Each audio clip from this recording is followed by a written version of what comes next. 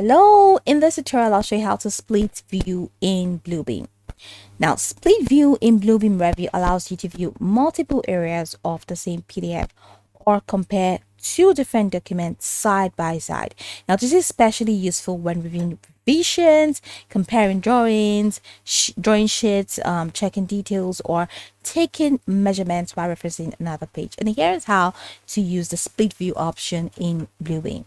So open the PDF that you want to work with. So let's say I have this PDF. Now to create a vertical split, just go to view, which is at the top corner of your screen. And once you click on view, then you have the option to split vertical. So we're going to look for that. So just go ahead and click on split vertical. Great. Now you can also press control and number 2 on your keyboard for the shortcut. Now Bluebeam immediately duplicates the active tab and displays it in two side-by-side panels. So you have this this is one, and this is another panel here. So you can see that the two side by side.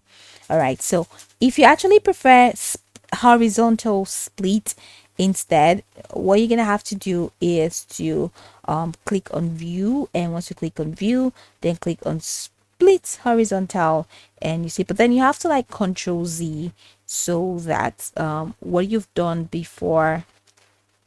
Oh my god. Oh, I'm just coming. So instead of Control Z, you can just go X on this. Didn't save. No, so just open this whole thing in as a whole document. So I just gonna have to click on it again. So I can click on view, and now I can click on split horizontal, so it can split horizontally instead of vertically. So I hope you understand what has been done. Or you can press Control and H as a shortcut, and it splits horizontally. So you see that the document is now divided into top and bottom panes, allowing you to view different sections simultaneously. So you can now navigate independently within each pane. For example, you can keep one pane on the cover sheet. Let me say this is the cover sheet.